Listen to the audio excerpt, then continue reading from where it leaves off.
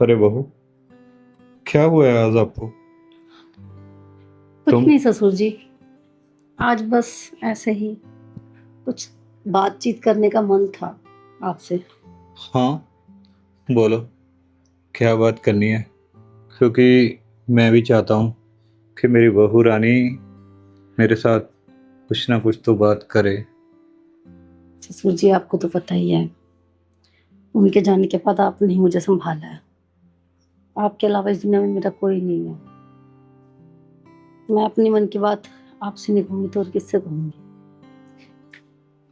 क्यों ना कहती? कोई तो होना चाहिए ना इस घर में, वो मर्द जो तुम्हारी इस जवानी को काबू में कर सके और तुम्हें वो सब सुख आराम दे सके जो मेरा बेटा तुम्हें दिया करता था। ससुर जी वही तो मैं कह रही हूँ, उनके जाने के बाद एक आप ही तो हो जिनसे मैं हर बात कर सकती हूँ। नहीं तो मैं तो कब की मर चुकी होती। अरे मरन बहू तुम्हारे दुश्मन। अब तो मजे करने का टाइम है, बस मजे करने हैं हमने।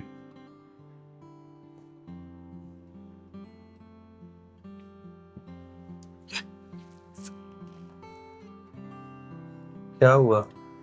नहीं कुछ इतना घबरा रही हो तुम? चोट लगी। कहाँ चोट लगी तुम्हें? नहीं कुछ नहीं, बस ऐसे ही। बताओ, आज कहाँ से शुरू करें प्यार?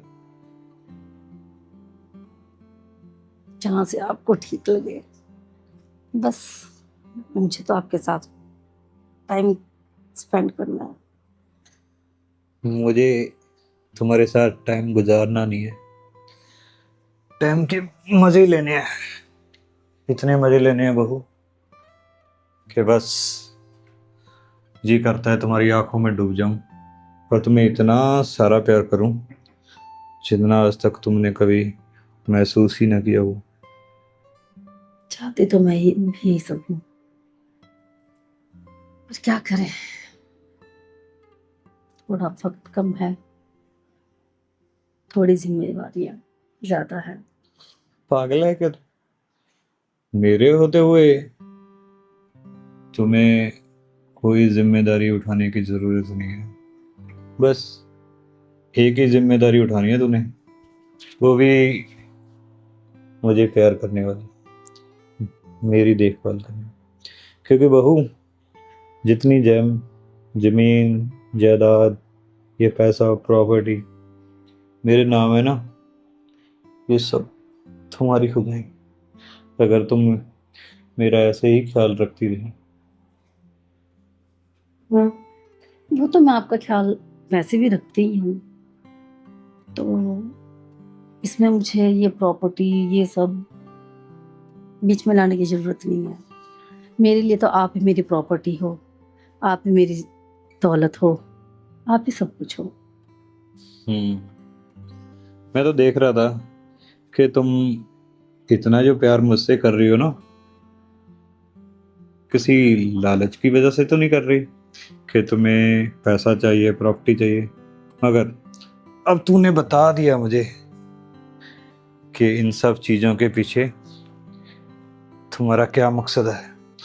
तुम सिर्फ एक सच्चा साथी और सच्चा प्यार चाहती।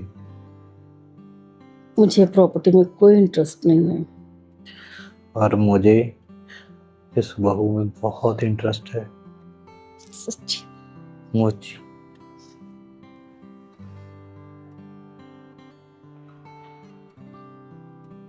बात सुनो, अगर मेरे से तुम्हारा कभी मन भर जाए हम्म, तो मुझे बोल देना, मगर छोड़कर जाने की बात मत करना। ससुर जी आप कैसी बात कर रहे हो? आपको ऐसा लगता है कि मेरा मन आपसे भर जाएगा? क्या पता है तुम्हारा, तुम अभी जवान हो और मैं बुढ़ापे में। इसीलिए बोल रहा हूँ।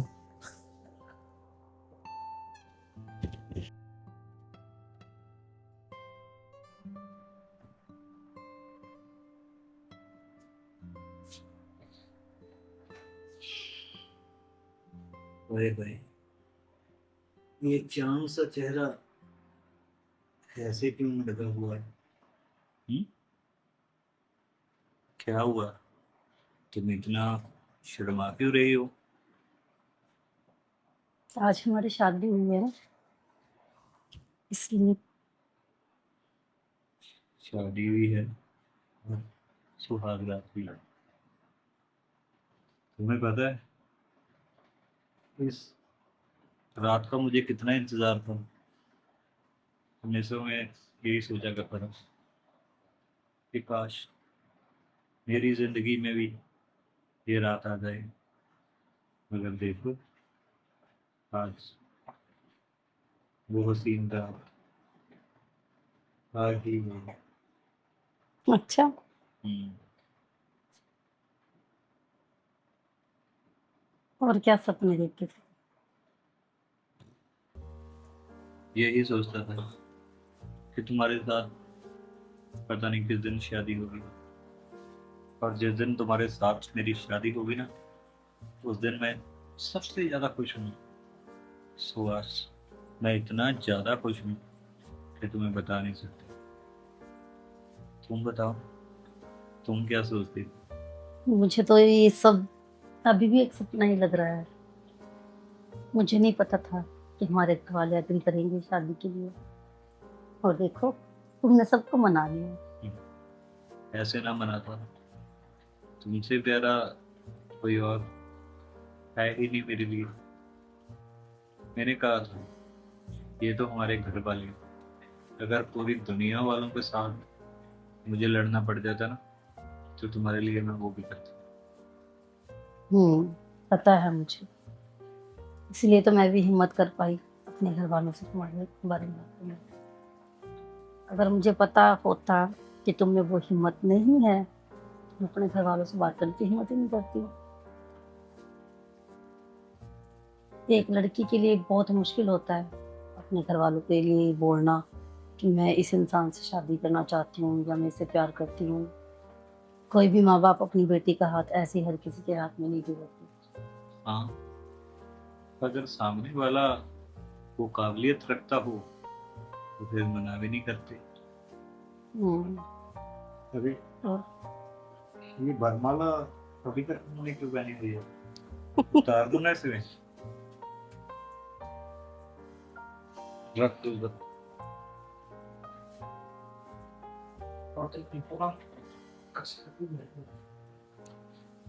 आराम से बैठो। मैं बहुत थक गई हूँ आज। वही तो है, तुम्हारी सारी थकावट ना देखना कुछ टाइम के बाद उतर जाएगी। तो तुम्हें इतना हल्का महसूस होगा कि जितना तुम तक नहीं होगा। और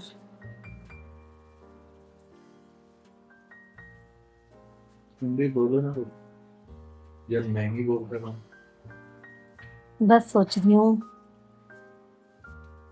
कि कितने सालों से हम एक दूसरे को जानते हैं, मिलते रहे हैं, तब ऐसा कुछ फील नहीं हुआ जैसा मतलब आज कुछ अजीब सी फीलिंग है।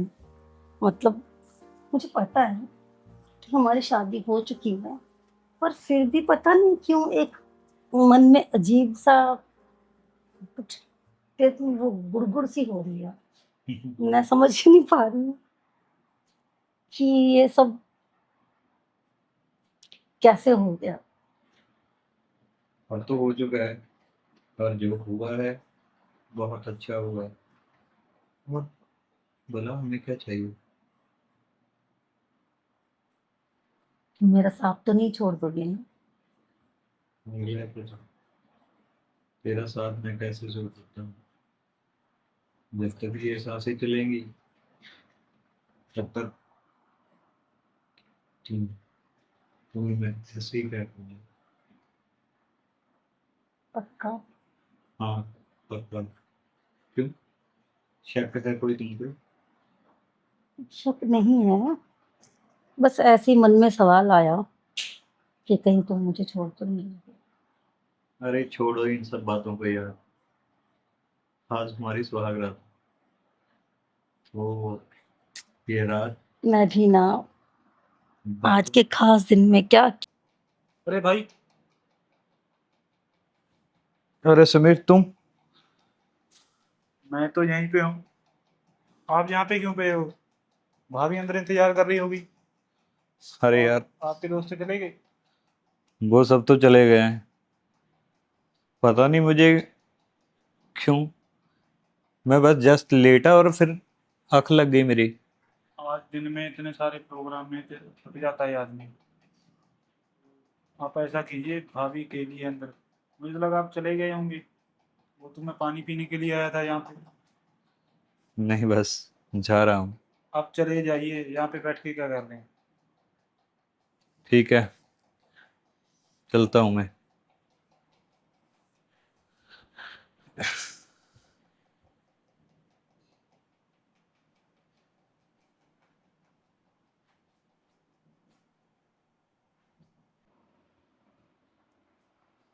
आ गए? हाँ पूजा, तुम भी कह रहे होगी कि आज सुहाग रात की रात को भी मैं लेट हो गया। क्या करूँ यार, वो दोस्त लोग ही इतना परेशान कर रहे थे, मुझे तो आने ही नहीं दे रहे थे तुम्हारे पास। बड़ी मुश्किल से उनको बोल कर आया हूँ कि भाई आप तो जाने दो। हाँ, वो आपके दोस्त हैं और आज तो उनकी शरारत करना जायज़ है। पता है कोई क्या बोल रहा था, कोई क्या बोल रहा था। अच्छा, हाँ तुम ऐसे करना, तुम वहां पे जाना, भाभी ऐसे शर्माएगी। पता नहीं यार उनके दिमाग में इतने खतरनाक आइडिया कहाँ से आते हैं। तुमने बोला नहीं है कि भाभी और मैं कोई पहली बार थोड़ी ना मिल रहे हैं, जो वो शर्माएगी। बस वो तो वही समझ रहे हैं ना सुहाग रात के बारे में, तो क्या ही उनको बोलूं मैं। कुछ भी। अच्छा, वो दूध रखा है उधर। दूध पीना जरूरी है क्या? रस्म है तो पीना ही पड़ेगा। ये बात भी है, तुम पियो ना। नहीं बाबा, तुम्हें पता है मुझे दूध, घी, मक्खन इन चीज़ों से एलर्जी है। मुझे तो देख के ही कुछ होने लगता है। और किसी को बोलना मत कि मैंने नहीं पिया है ये, सब हँसेंगे। तुम पियो। ये मुझे बहुत अच्छा लगता है।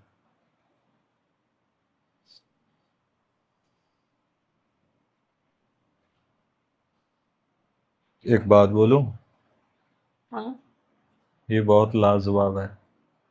अच्छा। इससे पहले मैंने इतना अच्छा दूध कभी नहीं पिया। शायद आज हमारे मिलन की रात है ना, इसी वजह से ये मुझे इतना ज़्यादा टेस्ट लग रहा है।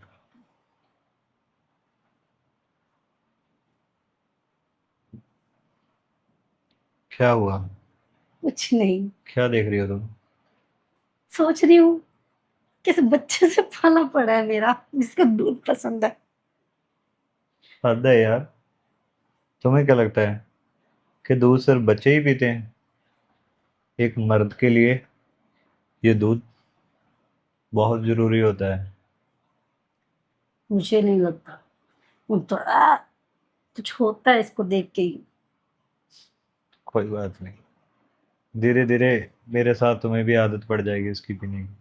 ना रे बाबा, प्लीज मुझे दूध पीने को मत बोलना, चाहे भले ही जहर पिला देना, ये नहीं चलेगा। अच्छा ठीक है। और कितनी मुश्किल से हमारा इंतजार खत्म हुआ है ना आज। एटलीस्ट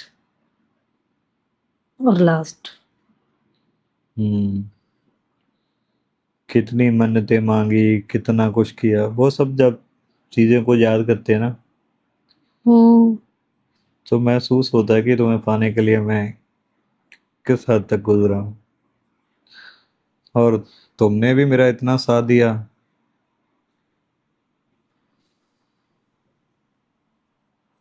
देखो, जब दोनों की मंजिल एक है तो सफर तो दोनों को ही तय करना पड़ेगा, चाहे हंस के चाहे रो के। हाँ, ये बात तूने बिल्कुल सही बोली, क्योंकि एक पहिए से गाड़ी नहीं ना चलती। गाड़ी छोड़ो, साइकिल भी नहीं चलती। दोनों पहिए बराबर चाहिए, चाहिए। है ना।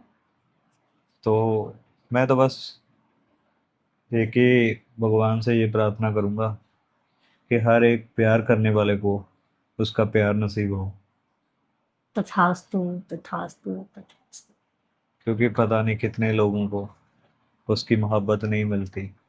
और शादियां, बहुत सारी शादियां तो ऐसे होती हैं जैसे हम कोई चीज़ बाजार से खरीद कर लाते हैं। कोई हाँ, शादियां पैसे से बनाई जाती हैं, पैसों के लिए की जाती हैं। और कुछ शादियां, कुछ माँ बाप जबरदस्ती कर देते हैं, और हम इतने ज्यादा लकी हैं कि हमें अपना प्यार प्यार चुनने करने का को हक मिला, मौका, और वो आज। और हमने एक दूसरे को पा लिया। जिंदगी में इससे बड़ी और क्या अचीवमेंट हो सकती है। कुछ भी नहीं। तो ठीक है, आज की रात बातों में गुजारनी है क्या? किसने कहा? मुझे तो ऐसे ही लग रहा है। अरे नहीं, पर ये है चलो कि जब हम मिलते थे, कभी घर वालों का डर, कभी समाज का डर, कभी वक्त, और आज हमारे पास टाइम की टाइम, वक्त ही वक्त। कोई रोक नहीं टोक नहीं, किसी का कोई डर नहीं, कोई टेंशन नहीं। ऐसा सारी नहीं रात लगता है अपनी। पूजा कि जैसे वक्त थम सा गया हो? नहीं तो, मुझे तो लग रहा है वक्त बहुत जल्दी जल्दी चल रहा है। टाइम देखो क्या हो चुका है, कब सोएंगे कब उठेंगे, और फिर सुबह घर में इतनी सारी रस्में। तुम तो नहा धो के चले जाओगे ऑफिस, रह जाऊंगी मैं बेचारी कोई अकेली। बात नहीं, शाम को आकर फिर तुम्हारी थकावट दूर कर दूंगा, तुम्हारी टांगे दबा दूंगा, बदन दबा दूंगा। ओ तौबा तौबा, टांगे दबाने का नाम मत लेना, पाप लगेगा मुझे। क्यों? तुम मेरे घर की लक्ष्मी हो, और घर की लक्ष्मी की पूजा करना कौन सी गलत बात है? अच्छा चलो, अब सो जाते हैं। हम्म।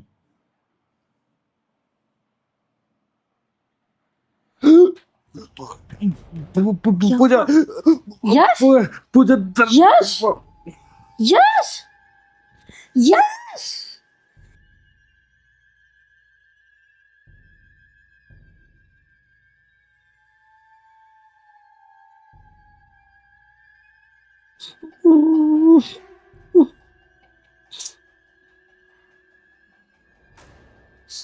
अरे भाभी, आज फिर आप रोने लग गए।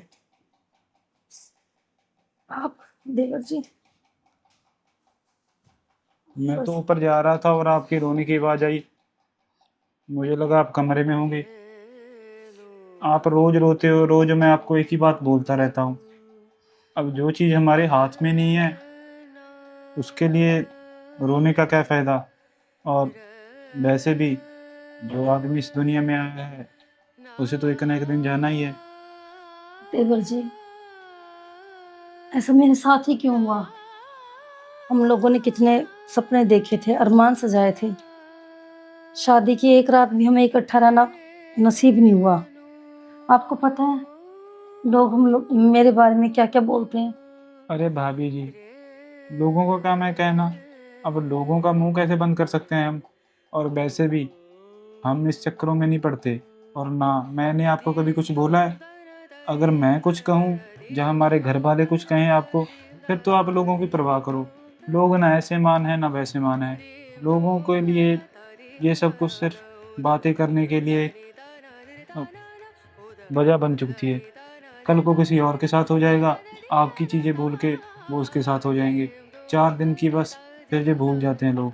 पर मैं ये तो नहीं बोल रहा भी आप भैया को भूल जाइए, पर ऐसे आप रोएंगे, टाइम से खाना नहीं खाएंगे, तो आपकी सेहत खराब हो जाएगी। और अगर आपकी सेहत खराब हो गई तो आप समझ सकते हो ना, ऊपर से इस घर को संभालने वाला आप ही हो। वो मैं एक बात बोलनी थी सच, वो गांव से बाबूजी का फ़ोन आया था, वो यहाँ पे आएंगे रहने के लिए।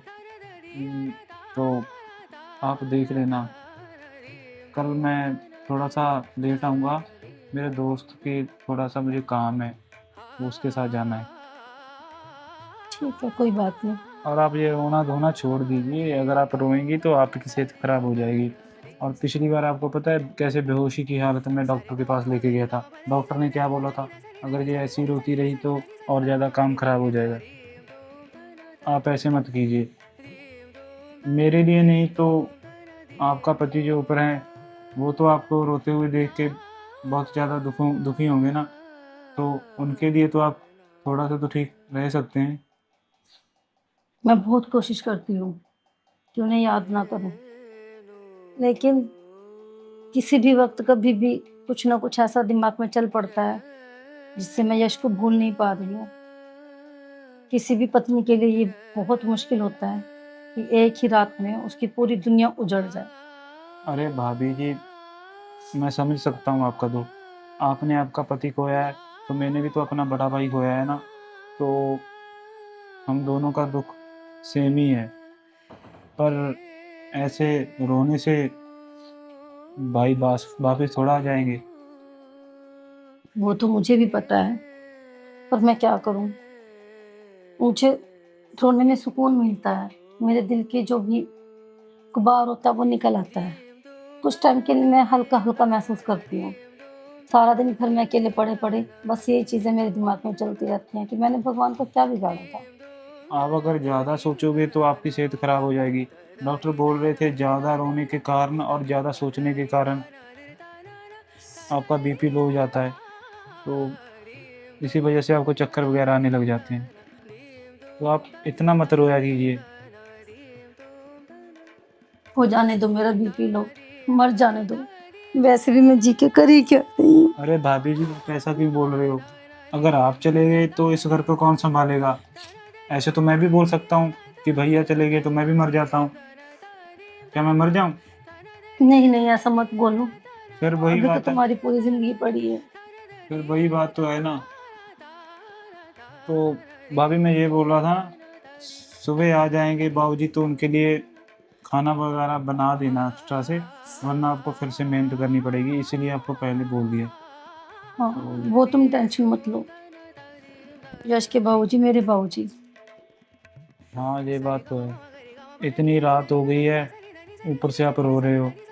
अगर आपको ज़्यादा सोचोगे और ज़्यादा रोओगे तो आपने दवाई खा ली थी जो डॉक्टर ने दी थी? तो मैं भूल ही गई। अरे भाभी जी, ऐसे थोड़ी काम चलेगा। अगर आप टाइम पे दवाई नहीं खाओगे और ऐसे ही रोते रहे तो और ज़्यादा बीमार हो जाओगे। तो आप ऐसा कीजिए, मैं ना दवाई लेके आता हूँ, आप बैठिए।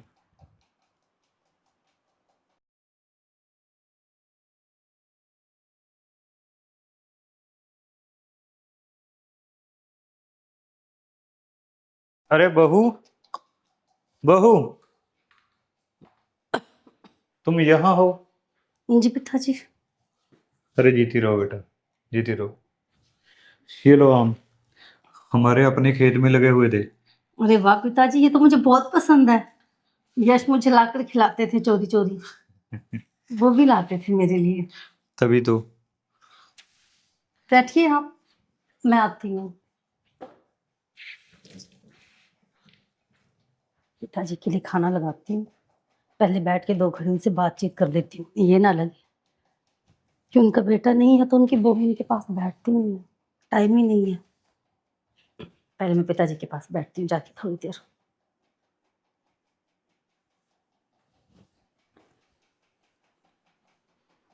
पिताजी, आपको आने में रास्ते में कोई तकलीफ तो नहीं हुई ना? नहीं नहीं बहू, तकलीफ कैसी? सीधी ट्रेन में बैठ गया था और बस आ गए। बस थोड़ा गर्मी ज़्यादा बढ़ गई है। जी पिताजी, गर्मी तो वाकई बहुत है, और शहरों में तो कुछ ज़्यादा ही है। थोड़ा सा पावर कट का रहता है, इस वजह से थोड़ी ज़्यादा गर्मी है। अब गांव हमारे में तो अच्छा होगा, सब गांव में तो इतनी गर्मी नहीं होती होगी ना। बहुत अच्छा है, क्योंकि वहाँ पर पेड़ पौधे इतने होते हैं, और अब तो वहाँ पर बिजली भी नहीं जाती है, बहुत अच्छा, कम जाती है। चलो ये तो बहुत अच्छी बात है। कितनी बार तुम्हें भी मैंने बोला है कि तुम भी आओ, चलो मेरे साथ। तुम ये मानती ही नहीं, हम्म, तुम्हारा दिल ही नहीं करता यहाँ से निकलने के लिए। बस पिताजी, वो यश के जाने के बाद बस अब छोटा और ये घर ही मेरे लिए सारी दुनिया है। यहाँ पे रह के छोटे को देखना होता है, उसकी पढ़ाई चल रही है, आपको पता है ना। अगर मैं भी गांव में आ गई तो इस घर को और छोटे को कौन संभालेगा। अरे अब वो इतना छोटा भी नहीं रहा, बड़ा हो चुका है। उसे पता है खाने पीने का, सब अपना ध्यान रख सकता है। मैं इसलिए बोल रहा हूँ कि अगर तुम गांव में चली जाओगी ना, तो थोड़ा माहौल चेंज हो जाता है। वहाँ पे लोगों के, वहाँ की औरतों के साथ, यहाँ कौन किसी को बुलाता चलाता है। मुझे तो ऐसा लगता है कि तुम्हें ये भी नहीं पता होगा कि तुम्हारे इधर वाले पड़ोस में कौन रहता है और इधर वाले पड़ोस में कौन रहता है, ये हमारे तो पीछे आप कौन रहता है। ये तो आप बिल्कुल सही कह रहे हैं पिताजी। शहरों में तो अगर कोई मर जाए तब भी नहीं पता, कोई जी जाए तब भी नहीं पता, बस अपने अपने फ्लैट्स में ही सब बिजी रहते हैं। और गांव में तो मुझे पता है कि सब, पूरा गांव एक परिवार की तरह होता है। दुख सुख में सब इकट्ठे होते हैं। यहाँ ऐसा नहीं है। यहाँ हर इंसान का दुख सिर्फ उसी इंसान का है, और उसके सुख भी सिर्फ उसी इंसान का है। तभी तो बहू, हम्म, मैं तो बस तुम्हारा हालचाल पूछने के लिए आ जाता हूँ, वरना इस चार दीवारी में मेरा दम घुटता है। मुझे यहाँ रहना अच्छा नहीं लगता, मगर तुम्हारे लिए मुझे खाना ही पड़ता है। अच्छी बात है ना पिताजी, ये भी तो आप ही का घर है, आपके बेटे का घर है। आप कभी भी यहाँ पर आ जा सकते हो। हमारा भी आपके अलावा और कौन है। वो सब तो ठीक है, पर क्या करूँ, मुझे आदत है ना सुबह उठते ही अपने खेतों में चले जाना, वहाँ की ठंडी हवाओं में अपनी फसलों को देखना। यहाँ क्या है, बस ऐसे लगता है। पिताजी, यहाँ पे देखो बाहर पार्क है। आप सुबह उठो, पार्क जाओ, घूमो, एक्सरसाइज करो, फील ऐसे करो कि आप अपने खेतों में ही हो। सुबह जाओ, शाम को जाओ, घूमो फिरो, अच्छे अच्छे दोस्त बनाओ आप भी यहाँ पर, ताकि आपका भी, जब आप इधर आओ तो आपका दिल लगे। तुम्हारे देखो शाम के टाइम सब, जितने भी बुजुर्ग होंगे सब वहां पर पार्क में बैठते हैं। अगर आपको अकेले नहीं अच्छा लगेगा तो मैं आपको ले जाया करूंगी। तुम्हारे शहर के पार्क मेरे गांव की खेतों में कैसे, वो तो इतने खुले और हवादार होते हैं, बड़े बड़े होते हैं। यहाँ पे क्या है, छोटे छोटे से पार्क है। और रही बात लोगों की, लोगों के साथ घुलना मिलना, यहाँ कोई किसी को बातचीत करके खुश नहीं है। सब अपने अपने कामों में लगे रहते हैं, अपने अपने फोनों में लगे रहते हैं। चलो बहू, अब ना मुझे थोड़ी थकावट हो रही है, कुछ टाइम के लिए मैं आराम करना चाहता और हूँ। ठीक है पिताजी, वो मैंने आपके लिए खाना बनाया है, आप चलिए मैं लेकर आती हूँ। समीर, समीर, समीर, अरे भाभी आप, चाय लाई थी तुम्हारे लिए, चाय, ये लो। चाय की क्या जरूरत थी। ये लो, तुम इतनी दूर से आए हो, थक के, इतना सफर करके, मैंने सोचा थोड़ी सी बढ़िया सी चाय ले जाऊं तुम्हारे लिए। चाय की तो क्या जरूरत थी भाभी, बस क्या करूं, ट्रेन में चक चक चक चक, वो जो साथ का पैसेंजर था वो गुटखा खाने वाला निकल गया, उफ, तो सारे सफर की ऐसी की तैसी हो गई। चलो छोड़िए। कैसा सफर रहा तुम्हारा। मेरा तो ठीक रहा सफर। आप बताइए, बाबूजी ऊपर वाले कमरे में हैं? हाँ, उन्हें मैंने चाय दे दी, खाना दे दिया, सब कुछ दे दिया। अच्छा दे दिया, चलो फिर तो ठीक है। हाँ, वो रेस्ट कर रहे हैं अपने रूम में। चलो बढ़िया। अभी उन्हें बताया नहीं है कि तुम आ गए हो वापस। अरे, कोई बात नहीं, पता चल जाएगा, अभी सो रहे होंगे, डिस्टर्ब क्यों करना। आप बताइए, आपका दिन कैसा रहा? आज तो नहीं रोए आप? नहीं, आज पिताजी आ गए थे, ससुर जी आ गए थे ना, अच्छा। तो बस उनके साथ बातचीत करने में कब दिन निकल गया पता ही नहीं चला। हाँ सही बात है भाभी, इसलिए तो मैंने बाबूजी को बोला था भी, जो भाभी है दिन रात रोती रहती है। तो बाबूजी बोले तू तो काम पे चला जाता है और पीछे से वो अकेली पड़ जाती है। अब घर में तुम्हारे साथ कोई लड़की भी नहीं है, तो मुझे बोल रहे थे शादी के लिए। आपसे बात तो की ही होगी, हम दोनों की शादी के बारे में बोल रहे थे, पर मैंने मना कर दिया था। वो हमारे गांव में रिवाज है ना, अगर किसी वजह से बड़े भाई साहब को कुछ हो जाए तो उनकी छोटे के साथ कर देते हैं, पर मैंने मना कर दिया। लेकिन पिता ससुर जी ने मुझसे तो ऐसी कोई बात नहीं की है। उन्होंने तुमसे बात इसलिए नहीं की, नहीं क्योंकि मैंने ही मना कर दिया, क्योंकि भाभी जी आपके साथ शादी मैं नहीं कर सकता ना। आप और मेरा रिश्ता तो इतना अच्छा है। नहीं नहीं, मैं तो ये चीज़ें नहीं कर सकता। बड़ों ने भी बहुत समझाया, चाचा जी ने, ताऊ जी ने, पर तुम्हें प्रॉब्लम है कोई, या तुम्हारी गर्लफ्रेंड है कोई? अरे भाभी जी जो बात नहीं है। आप तो मेरे माँ के समान हो और बड़े भी हो, और आपकी और मेरी बॉन्डिंग तो एक अच्छे दोस्त की तरह है। मैंने ये सब कुछ नहीं सोचा। वैसे भी भाई की पत्नी के साथ नहीं नहीं नहीं, ये उनके रिवाज होंगे, पर मैं रिश्तों की मान मर्यादा समझता हूँ। शायद वो अपनी जगह ठीक हैं, पर मुझे थोड़ा सा अच्छा नहीं लगा ये बातें। चलो छोड़ो, तुम भी क्या बेकार की बात लेके बैठ गए हो। कोई बात नहीं, अगर तुम ऐसा सोचते हो, देखो हर इंसान की सोच अपनी अपनी जगह होती है ना। वो लोग क्या सोच रहे हैं ये हमें अच्छा ना लगे, अगर हम लोग क्या सोच रहे हैं हो सकता है वो उन्हें अच्छा ना लगे। तुम इतने टेंशन मत लो, चलो। नहीं नहीं, मैं तो क्या टेंशन ले रहा हूँ, मैं तो यही बोल रहा था, हम देख रहे हैं कोई लड़का, आपकी शादी करवा देंगे।